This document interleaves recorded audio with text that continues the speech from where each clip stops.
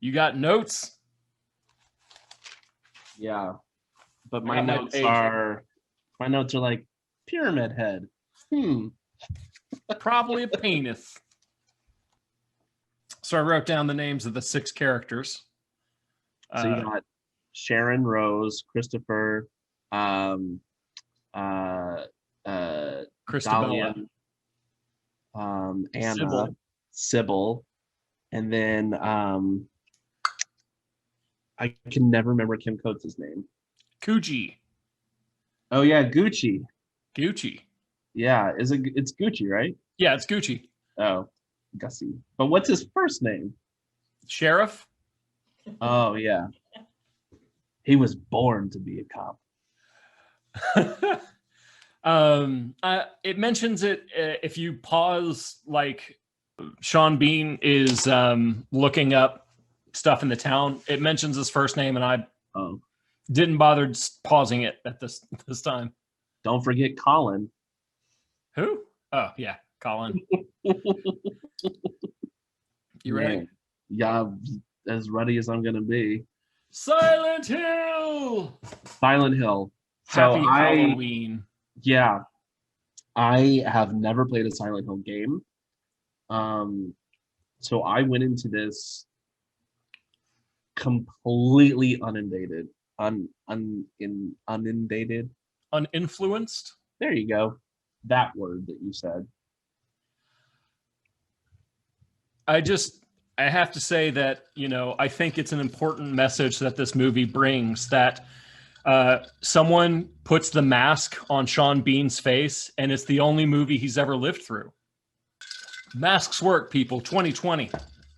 Yeah. Oh, I was like, what are you talking about? But yeah, no, it's Gucci puts the mask back on his face. He's like, put this on your face. Breathe through this. And he lives. It's the only time he lives. They knew what they were doing back in the day. Yeah. Before we begin, if you like this video at any point, give it a thumbs up. If you don't, please comment. Tell us why. We would love to chase your algorithms. Don't hit the bell. We post videos every Monday. So if you want to get an email literally every Monday saying, remember to check in, sure, you can hit the bell, but I wouldn't bother. I never hit the bell. I never hit the bell. Anyway, so Silent Hill. I'm a huge Silent Hill fan. I played Silent Hill 1 fresh off the heels of my Resident Evil fandom. That makes sense. When survival horror was hitting PS1, bring me Silent Hill. And I loved everything about it. It's, it hit me right at the time when I was starting to read into the subtext of books and movies and games. And video games had not given me that. Like, I had not played a video game and gone, there's really subtle details here. Never until Silent Hill. Silent Hill is pretty famous for its, very short view distance that it pretends is fog and like snow coming to the ground. But it also makes it really claustrophobic. Yeah. It follows Harry Mason. He meets up with the cop, Sybil Bennett, as he's trying to rescue his daughter, who, after an accident, is lost in Silent Hill. And the whole thing plays off like a metaphor where you have a father who doesn't understand as his daughter is going through all these changes.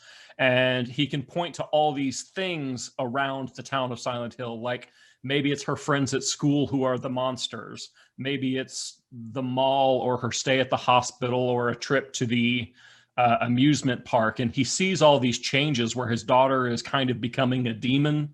And it becomes a metaphor for not understanding your child. Okay. Totally picked up on it as a teenager playing Silent Hill. Loved it. Loved that there was subtext in a video game. I feel like it doesn't translate to the film. Hold on. Okay. So Silent Hill 2, widely considered to be like the best survival horror game or the best horror game maybe ever. where the subtext is no longer subtext.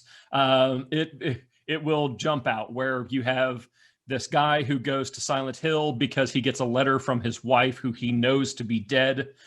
He sees a woman who looks like his wife.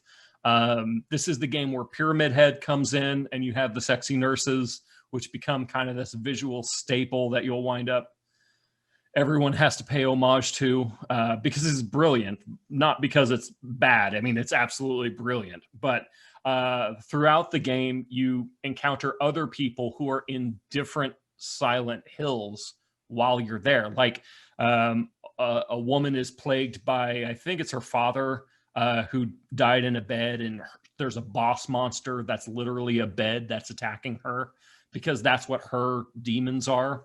Whereas you find that the main character's demons are that as his wife was dying, he felt this great sense of anguish about his sex drive because he couldn't have sex with his wife anymore. So we come to find out that it's implied, really, that he has raped her, and it's not, it's directly said he has killed her. So Pyramid Head represents the monster inside himself that is big and stabby and penetrative. That's why the nurses all appear so sexy, is as his wife is dying, he feels guilty about still not being able to get satisfaction in sex. Like, you think there's bigger issues going on, but if you're ever in a terrible situation, you'll find your mind wandering to all kinds of things, and he feels guilty about that. So that's the point that I had played when the movie came out. I hadn't played Silent Hill 3 before then. And so the movie coming out had all the things that were supposed to be from the game, and everyone's like, whoa, you can't just use those because that doesn't make sense in the context. Those were specific to this character because they meant something. Yeah. And this is where I think a lot of the Silent Hill hate, because Silent Hill is not considered a great film, where I think a lot of the hate comes from is that they feel that they have used these symbols but detached from their original meaning.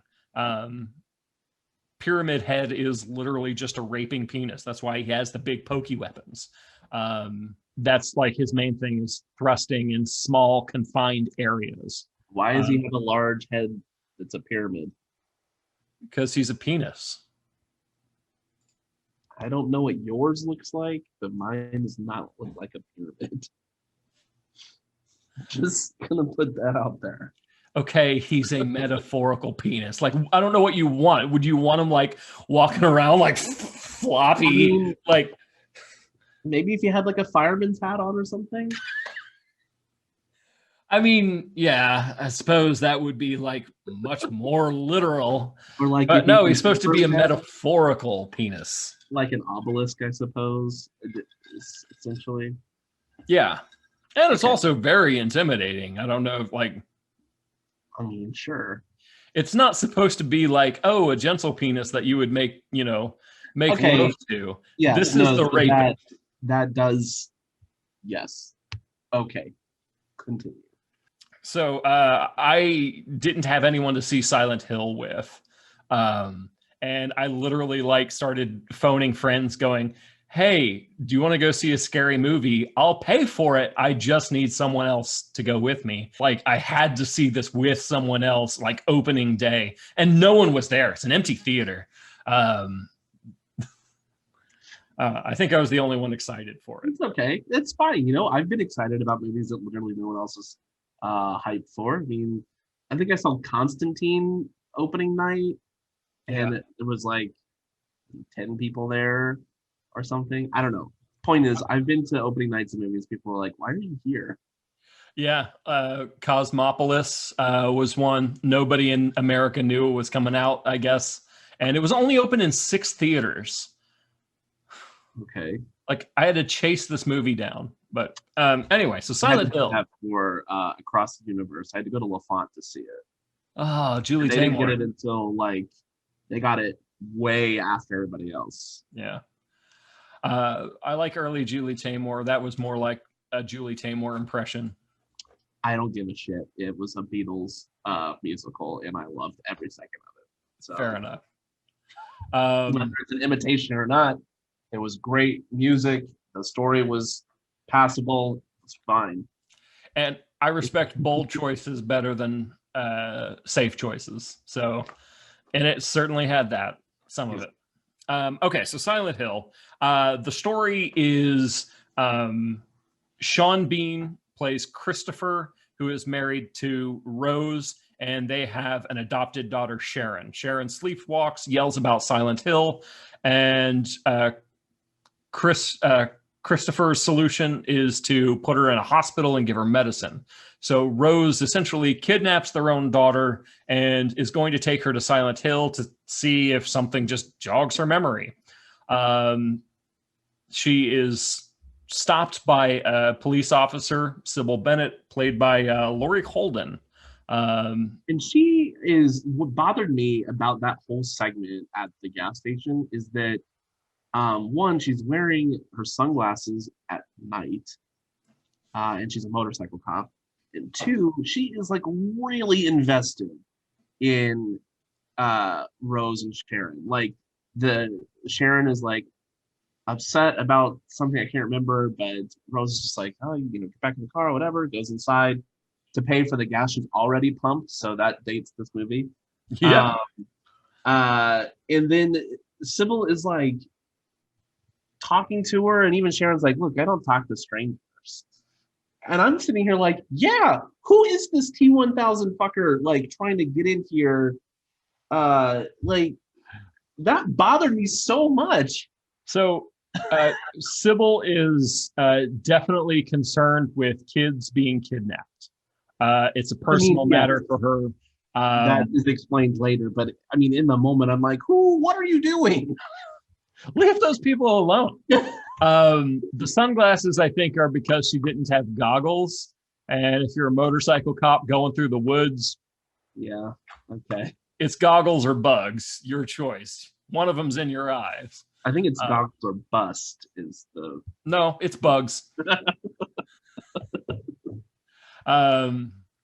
But so Rose like runs from the cops to get into the town. While she's on her way to the town, it looks like she's about to hit a girl, so she swerves, car crash, hits her head, wakes up, and everything is foggy but covered in ash. It's not like snow, it's ash, which is a change from the game, and I love it. It's spectacular. Good change.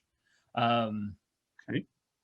And then we have what is almost a beat for beat from Silent Hill 1, where she's chasing what appears to be her daughter. She's looking for her daughter and chasing her through this town, and winds up going down some stairs into this like back alley and sees all these little like tar children who are like on fire and like chasing her. And as they're getting her, some sirens go off and she kind of like comes to, not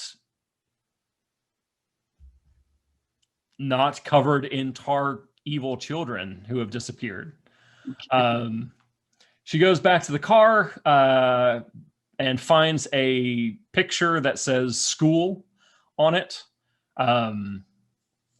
Tries to go to the school. Sybil, the cop, tries to arrest her.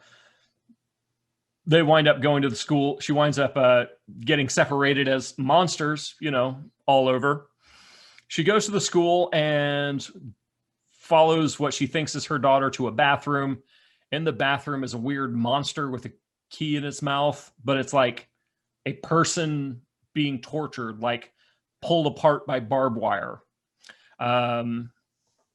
She sees some people in like mining clothes that are like head to toe covered with like breathers and stuff like that. Carrying a canary. Yeah, carrying a canary. A siren goes off, so the miners run away, and like the world changes, like melts away into this like nightmarish hellscape. The dude who is chained up with barbed wire is now free. He's got his legs like arched behind, so they're pretty much resting on the back of his head. as he's crawling along the ground towards her. She runs, meets up with Sybil. They hide in a closet while Pyramid Head just starts stabbing the door.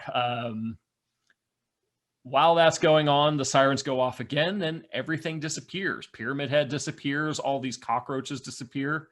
So they're like, I guess we made it. They wind up going to a hotel, which is where the key in Colin's mouth was. The hotel they meet. Colin is the guy, the monster. I don't think they said his name. Right, the guy who's in the bathroom all chained up. At the hotel, they find this weird symbol on a grate hanging over a big pit where it's all been burned.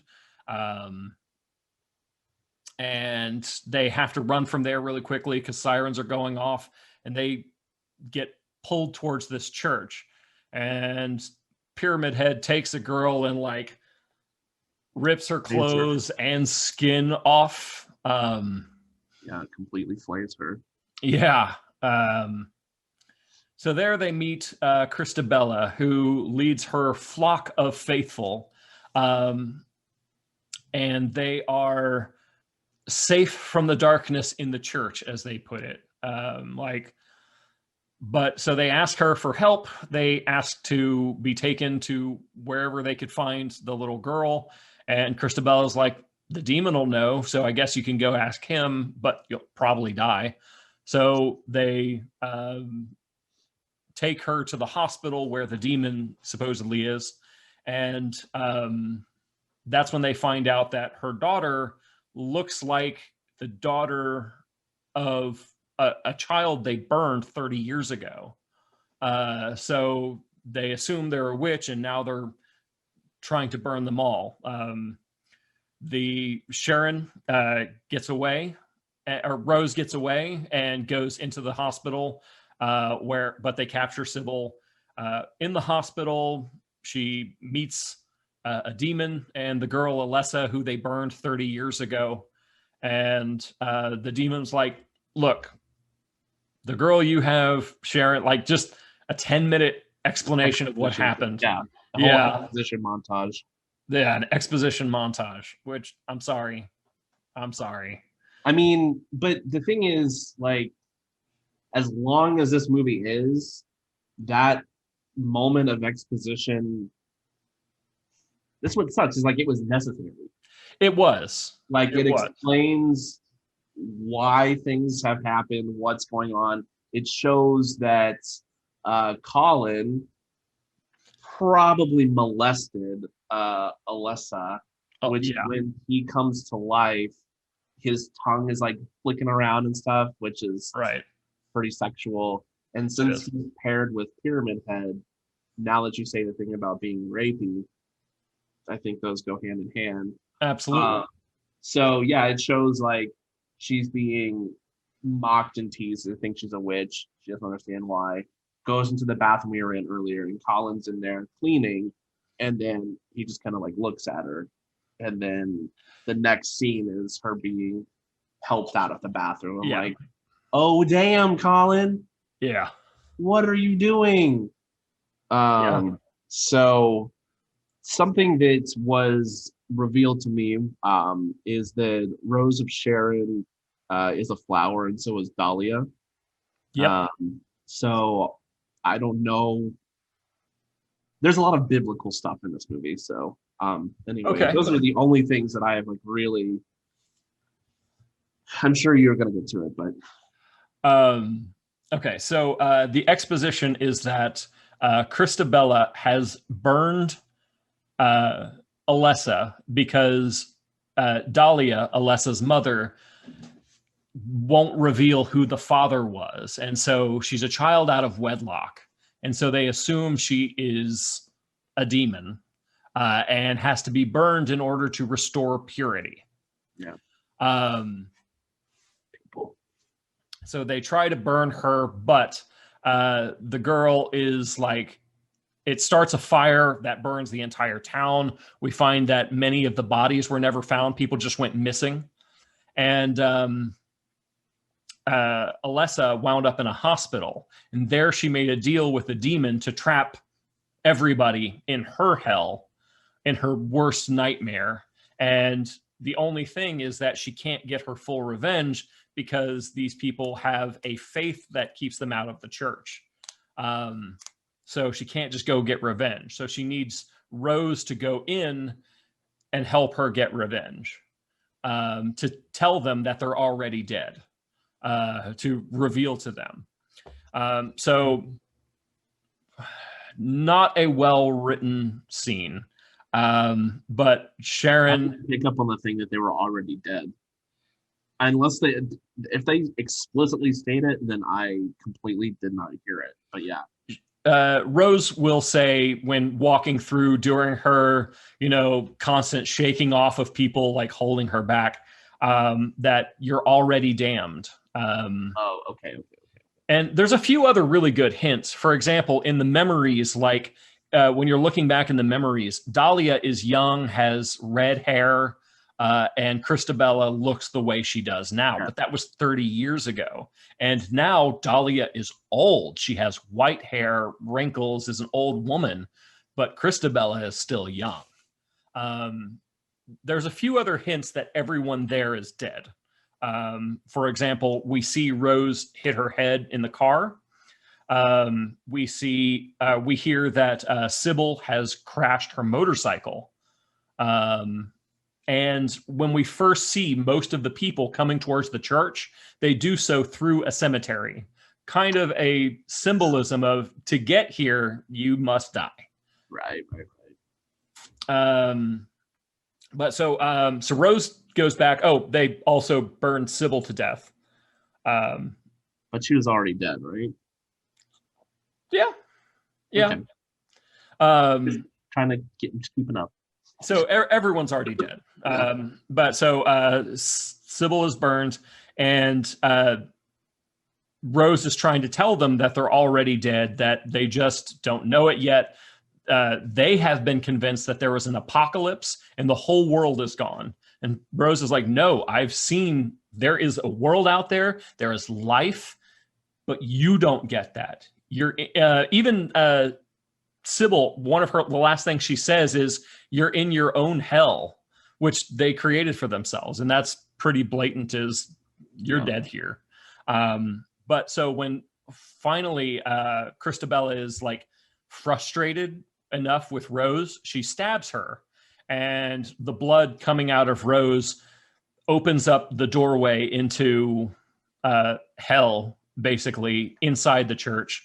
The giant bed comes up and barbed wire, and we have had a lot of movies about catharsis in the end, and seeing bad people get really bad ends. And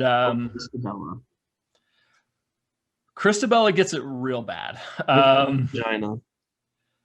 She is like yanked up with barbed wire. There's a lot of barbed wire use in this movie, and these like razor sharp barbs go straight up her dress. And she and basically just split her apart as all these barbed wires are going through her. And the little demon girl is dancing around in the blood. If your nightmares were, subsiding, here's the demon girl dancing in blood for you. At least she's not singing like a children's song, like 1, 2, buckle your shoe, Freddy Krueger style. Right. So, yeah, as Alyssa and the demon pretty much just tear everyone to pieces in the church, Rose manages to grab Sharon, and they just kind of hide while all that happens.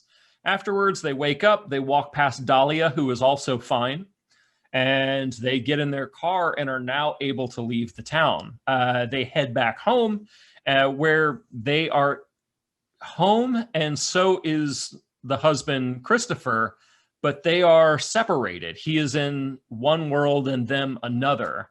And so they can't interact, even though they're in the same place, and can't see each other or hear each other. Right. But she calls and the phone rings, but there's static. he was able to smell her perfume while they were at Silent Hill, he and Gucci. Yep. Because like they go to Silent Hill and it's all bright and it's not ashy. But I don't know if they ever acknowledge if they saw her Jeep and Sybil's bike or not on their way there. But yeah, and then at the end, the door is open, Yeah. and because they come through the front door, and Christopher sees the door open. Right. And then the last shot is just the camera pans over to bushes and sits there for like 5 seconds. Yep. I'm like, what? Does that mean something? Yeah. Oh, well then, okay. All right. So a few of the things I want to talk about. Yeah. Where is Silent Hill? It's within all of us. Okay. So a little backstory. The movie version of Silent Hill is based on a real town called Centralia, Pennsylvania. If you've never heard of it, it's an amazing research thing. But in Centralia, it's the same thing. We have a coal mine underground where there's a fire going, and the town is abandoned because you can't live in a town that's on fire. Right. That's not the games. The games are not like that, but the movie definitely kind of follows that. But Silent Hill, the movie, makes a very large amount of statements implying that the Silent Hill, the bad one, the dark area, is hell. But also that there is a light side, and that is heaven. Yeah, there's a hopscotch drawn on the ground where it says hell, and then you go through and reach heaven. Right. Hell and heaven, because that's probably one of the biggest indicators, is that there is a path through hell to get to heaven. Essentially, it's the Masquerade music venue. Okay. That's an Atlanta joke. Okay, sorry. Yeah. Yeah, that's fair. All right. But so a lot of camera movements talk about or show the camera moving down and the camera moving up, depending really on who you're looking at. When someone is trying to do good, the camera is moving up. The first time we actually see it moving down, like when we see Sybil and she's pointing her gun, the camera's moving up. Most of the time, the camera is moving up. But the first time it really goes down, you're looking at Christabel, and the camera's moving down after her prayer, because they may seem pious, but ultimately they are villains. Right.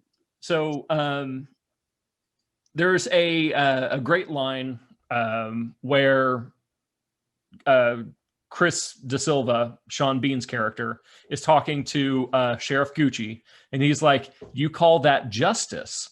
And Gucci's like, "There's many kinds of justice. There's man's, there's God's, and even the devil's."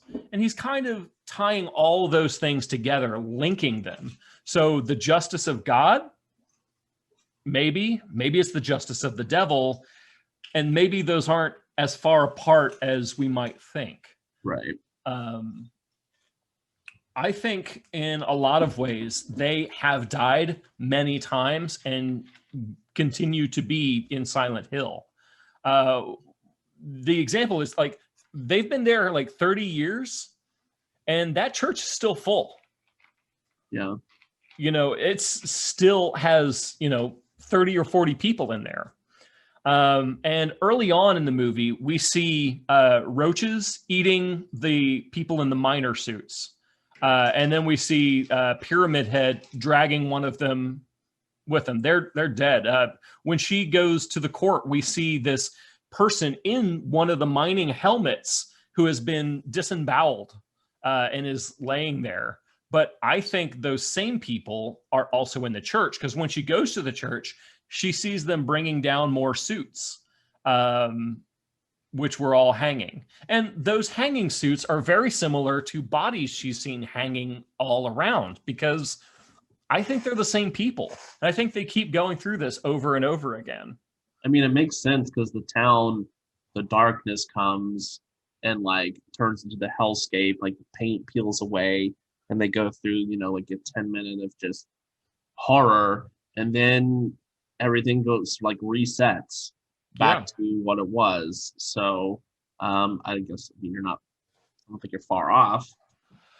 Another thing that I find is really interesting is that, unlike in the games, and I think this was for maybe graphical purposes, but we never saw the major transitions from good to bad in Silent Hill in the games.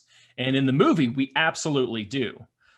We see the walls fade, and we see these, like the wall, like some of the stalls, like the parts of them just dripping off, and lying underneath there is the hellscape. And I think that's indicative of saying, like, there is no difference between hell and where you are now.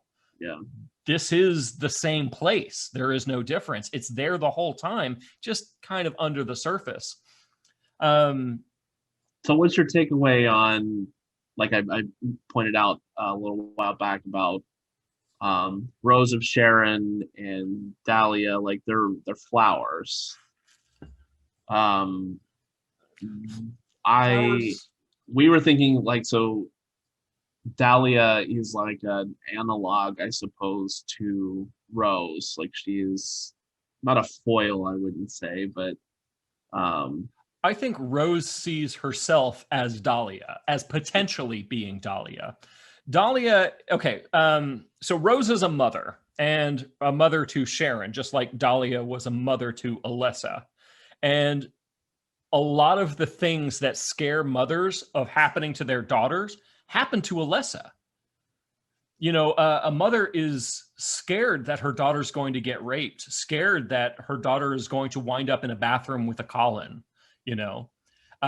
Just like Anna, the pyramid head represents a raping penis in the movie, just like he did the games. Right. When she sees Anna, stabs through a door, if you will. Right. He stabs through the door. At 2 women. So. And he still has the thrusting, the stabbing. That's why he's naked and mostly skin colored.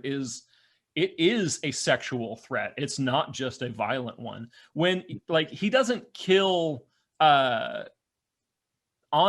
by like breaking her. He takes her clothes and is like, her body means nothing. Yeah. Like her skin, and of course there's blood because she, this virginal teenager, and he doesn't care. He discards her flesh. It means nothing to him. And that's every mother's fear for her daughter, is this someone taking, and destroying her, and not even, not caring. This isn't a person who loves her or cares about her. It's someone who used her and is done. Something that Anna says, I think it's Anna, she says that evil wakes in vengeance, which I thought was a really cool, like, I mean, is there a difference between vengeance and retribution? And if there is retribution evil? Just like, is it evil? Because so like the order or whatever they're called in this movie, the pious ones, I mean, they're nothing but trying to seek vengeance on those, like they cast stones at Dahlia, and they're the ones that are in the wrong. But they're not getting revenge. They're seeking what's called purity. Well, they call it purity all the time. The last words that Christabel says is, God help me stay pure. As she, right as she's about to be raped by barbed wire, Yeah. And I think in a lot of ways, they represent an old-fashioned approach to sex, where if you've had sex and it's outside of marriage, it's impure. Losing your virginity is losing your purity. Virginity is made up. Like, that's that's not a thing, Yeah. like there's no difference, like imagine if someone told you like your body is different after you've had sex. Like, no, Could be. but they don't just, they have taught people to view sex as bad, as impure. And so they've treated her as impure because of sex. They consider the town has to be restored to purity. The whole reason Alessa is killed is because she's the daughter of impure sex. And I think in a lot of ways, that's what Sybil, that's what Rose are afraid of, is someone using sex against her daughter. Yeah. Whether it's imposing sex she doesn't want, i.e., Colin or Pyramid Head, or convincing her that sex has made her impure. And I think that those things are really, really solid in this movie. And that's one of the things I really love about the movie. There is no doubt in my mind that the producer said, you have to include Pyramid Head, you have to include sexy nurses. Right. You have to. And because they represented something else, the director had to include them in this movie. And I think he did that really well. Like, one of the things that Rose has to come to terms with is that women want to be sexy, and it doesn't necessarily make them wrong. And that's where the nurses come in, is they kind of represent this feminine sexual nature that isn't wrong. Right. It's not impure. It's not the monster that the church says it is.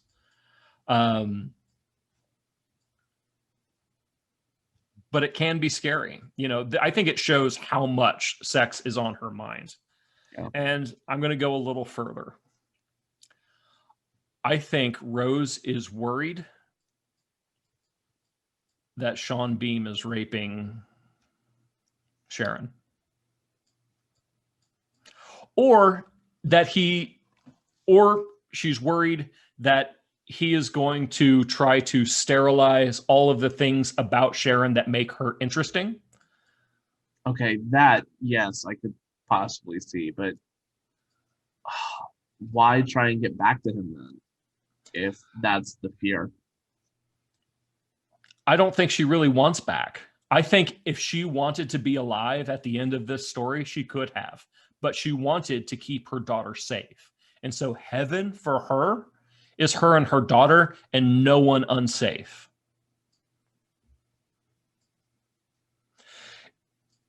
Here's where I came to this. The husband is constantly trying to tell her, we need to put her in a hospital. We need to get her on medicine. And he's trying to flush out whatever impurities are in the daughter. And he is named Christopher, and the lead for purity in Silent Hill is Christabella. You could have picked different names, but instead there is a name that links them. They're both named Chris. Yeah. And they are both trying to fix a problem that Rose does not believe is the problem. That's why I think in the end she winds up not in the same place as Chris. I think she winds up there because she doesn't want to be there. So I think in the end they wind up in heaven. And the reason they are alone is because mothers are gods to their children. Yeah, which is stated a few times throughout the movie. Yeah. So I think that's really why ultimately they wind up in heaven, separated from everyone else. That seems so impractical, but I mean, I guess, yeah. In the game Silent Hill, everyone's Silent Hill is different. They are not the same. And so like her hell was different from, you know, Mason, the main character of the game, the first game, Silent Hill, Yeah. because they're not the same place. They are your personal fears and guilts.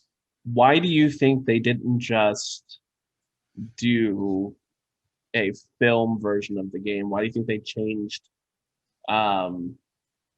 was it named Harry? Harry, Uh, yeah. into of female. I think it's a completely separate story. I think they Well, had to hit some of the same beats because, like I said, I think the producers were like, you have to include all these things that are Silent Hill. Those are the things you're going to put on the poster, which is true. Like, it's true. Like, if they made a Silent Hill movie and it didn't have those beats from Silent Hill, like Pyramid Head and the nurses, we might be tempted to think of it as something other than Silent Hill. But I do think that they changed it because they're telling a different story. Rose's Silent Hill, her hell, is different from Harry Mason's. They all could be canon, you know, and Silent Hill is a metaphor. The early Silent Hill games, the late Silent Hill games are like, wouldn't it be scary if a bunch of like mannequins were like alive? I think that'd be scary. but that's just a play on consumerism. I hate it though. Like, it used to mean something. Like there used to be Everything a used to mean metaphor. something. Give it enough time and it just loses meaning. Like every single thing, as pure as it may start off as, loses meaning. So there's a lot of work with light, and obviously, you know, Silent Hill goes from light to dark all the time. But there's a lot of work with lights, particularly artificial light. So at the beginning, Rose has a fire, and she's going from a lit place down some stairs because again, up to down, um, with she's got a lighter. Then she finds a flashlight, and the flashlight starts failing. Sybil also uses a flashlight, but so do the miners. They all have this artificial light. But when they are praying, there is a genuine light outside the church that shines in on them. Yeah. And frequently, the camera's perspective is either under looking up or over looking down, implying that both God and the devil are invested and not necessarily against each other, not necessarily antagonistic to each other, but judging these people. Judgment is a big theme. Early on in the film, Rose and Sharon are traveling, and they come by a sign, and then of course later on in the movie, Sean Bean and Gucci also pass the sign, and it's a verse from Corinthians about we will judge angels and the saints will judge the world. The reason that's interesting is that sign is out of context from the rest of the verses there. It really is in First Corinthians. That is what it says, but it's sarcastic. Like there it's saying, what are you thinking? That you're going to judge angels? That saints are going to judge the world? You don't get to judge those things because you're not worthy of judging those things. Awesome. That's really funny. And it's brilliant because, like, if you just take those verses, section them out of context, sure, it does technically say those things. Yeah. But then you read like the next verse, and it's like, hell no, that's not what's going to happen. Yeah. You aren't worth judging those things. I mean, it's analogous. No, it's Analogy. like, yeah, the actual church. Well, they will, or people even trying to dismantle the church. They'll take, something from Deuteronomy or something, and then take something from like one of the Gospels. Like, see, these two are contradictory. I'm like, yeah, that's the point. Where you have the Old Testament, the Old Covenant, the Old Word, the Old Promise. Then you have the New Testament, where Jesus literally says the only commandment that matters is to treat your neighbor as yourself, treat your brother as yourself. Yeah. And it's like Love everything God, else just kind love of your fall into neighbor. place. Yeah. So another really interesting thing is when Rose prays for help. She's in the bathroom and Hmm. she's praying for help. She's not clutching a cross. She's not clutching, she's clutching a picture of Sharon. Yeah. And that's when the sirens go off that calls the miners away. Like she is answered when she prays essentially to Sharon. Hmm. It's a great line Dahlia says. The church says that they use fire to purify the town, whatever, to save it. And Dahlia says fire doesn't cleanse, it only blackens. Yeah. Which is really cool because you have this innocent girl, Alessa, who is corrupted by the church's cleansing. Do you think Always. Sharon comes out of this okay? Well, it's strange, and I don't know why it makes me feel uneasy, but at the end, she puts her in the back seat and she's like about to suck her thumb, and she just kind of like looks at um Rose. She just kind of like looks at her and then closes her eyes, starts sucking her thumb. And I'm thinking, I don't know why I think that there's something amiss, but I don't know. Maybe. I worry that the sucking of the thumb is an indication that she has been blackened. Sucking the thumb is often viewed as a regressive, childish behavior. Uh-huh. Kind of when we see it in older kids, we look at them and go, oh, they must be going through something that's making them move backwards. It could be the exact opposite, that they're trying to indicate her innocence, that she is so childlike now that she is literally sucking her thumb like a pacifier. Yeah. But I also believe that's kind of open to interpretation. I also hate the sequel, by the way. If you're ever like going, oh man, I enjoyed this, let's check out the second one. All of that is gone. Like all of the subtext, the subtlety, and I'm just going to spoil the second one right now. The only reason they made a second one is so they could kill Sean Bean. Oh shit. Okay. The whole reason they made it. They were like, we forgot to kill him in the first movie. We got to go back. Yeah, I read some of the so like the director. It was funny. They wanted the director to come back, but he couldn't make it because he was going to do an Onimusha movie, which never came to fruition. I want him to do an Onimusha movie so hard. I love Onimusha. Yeah, well, this is in 2007, so. Oh man, that would have been amazing. As of 2009, there's been no updates. Oh man. But yeah, he wanted to come back and do it. Actually, this year he stated he wanted to do the third one. He wanted to do a third Silent Hill. Did you know the director is a Silent Hill video game player?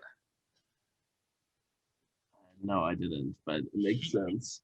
Like he enjoyed the games. He was like, this is significant in the game, so we wanted to make it significant here. This matters, and we wanted to include this in the in the movie. And I'm like, that's awesome. This dude got it, And okay, so let's do a little bit of hating on movies. I'm often told that I'm only critical of movies I don't like, but let's be critical of a movie I absolutely love. The dialogue is not great. It's a little stilted. The dialogue is pretty bad. Like there are some blatant holes in the writing. Like Shannon just walking through this cult of people and they're like, hold her back. And she's like, no. And they're like, oh, damn it. She got away. And okay, so Radha Mitchell plays Rose. And she is awful. She's not been good like in anything I've seen her in, I don't think. And they wasted Deborah Unger. She is underutilized. Yeah. Dahlia. Yeah. I agree with that. But like everyone in the movie is putting out these like really intense dramatic performances. Laurie Holden, The reason I watched Walking Dead, puts out this amazing, like, what the hell's going on? And Rose is like, I need you to calm down. I'm like, I need you to get excited. You're in freaking Silent Hill, and like Sean Bean's like, I have to find my wife. And she's like, I think my husband was here. I'm like, come on, get some energy. Give her a coffee. I love Kim Coates because I think the first thing I really remember him in, clearly it's later in his career, but it was Sons of Anarchy, where he's Tig Traeger. Yeah. And now every time I see him, I'm like, yes, this is the like, I don't give a shit who you are. I like what I like, ends up with Walton Goggins and drag kind of character. There are some great makeup effects. The practical effects in this movie are incredible. There's a shot where it's like in the bathroom and it like goes from her and goes like over the wall to where the miners are. And it like actually like winds up behind the miners looking at the door. That's practical. They had a wall, like, so you're looking at the wall, and as the camera goes up, they move the wall back so the camera can go through and slide it back into place after it's done. Amazing shot. Oh, wow. Totally brilliant. I love it. But the CGI and the practical effects do not work great together. They're pretty, yeah. There are some bad moments. I would say a lot of the barbed wire. A lot of the barbed wire, sure. I mean, we've had like 15 years since then of good CGI, but like, I don't think, I think a lot of the Dutch angles are more reference to the video game. Dutch angle is when the camera is at a side, which totally happens in the video game. I don't think that translates to movie well, and I think it could have been taken out just fine. Don't need to reference the game in that way. Sure. Other than that, I really like the movie. And none of that prevents me from liking the movie. Good. It's good for you to like what you like. It's fine. There are things that I absolutely love that I guess I wouldn't say shit on, but Tarantino. Okay, sure. I mean, there's more than just that, but things that I think you might at least get a chuckle out of if you opened your heart a little bit. But, it's fine. It's fine for you to be a grumpy, watching horror movies all the time kind of guy. Bold of you to assume I have a heart to open. See, there you go. No, I do not believe that a movie needs to be perfect in order to be enjoyed. I 1000% agree. Like, I've been going through one of my favorite film franchises, the Mission Impossible series. One day, someone can point out every single error, and I'll be like, they're still great, still love them. But yeah, so I agree. As flawed as they may be at points, I am there for them on opening day, and I own all of them, all Mission Impossibles. Mission Impossible 1, Mission Impossible 3, Mission Impossible Ghost Protocol. 1, 3, and Ghost Protocol. Yeah, it's weird that they skipped number 2, but I don't know. There's no Mission Impossible 2. It's just weird. Oh, man. Oh. But anyway, yes, I agree with your statement that maybe does not have to be perfect. So Silent Hill, it's dated. It's dated. It's fine. Okay. You tasked me with finding a horror movie. I searched Plex. I don't think you have it. That doesn't mean you haven't seen it. It's a Cronenberg, which Cosmopolis, I know. I do like Cronenberg. If I'm not mistaken, James Earl Jones is in it. Videodrome. Oh, yeah. I forget that. I mean, yeah, it's obviously Cronenberg, but I forget that That was Cronenberg. Yeah. I've never seen it. I read a little blurb about it. I'm like, okay. I'm not crazy about Cronenberg, but I do.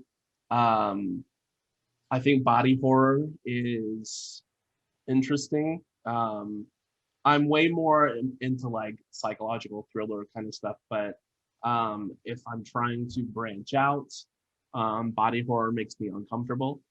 So I think that's a good choice for Halloween. I love it. so yeah, Videodrome. Videodrome. Until next week. Signing off. Hit the like button, subscribe, leave comments, share. And don't hit the bell. Don't it bell will send it. you annoying emails. If you really want to know, I'll personally email you. All right. Your email in the comments. I'm out of here. Peace.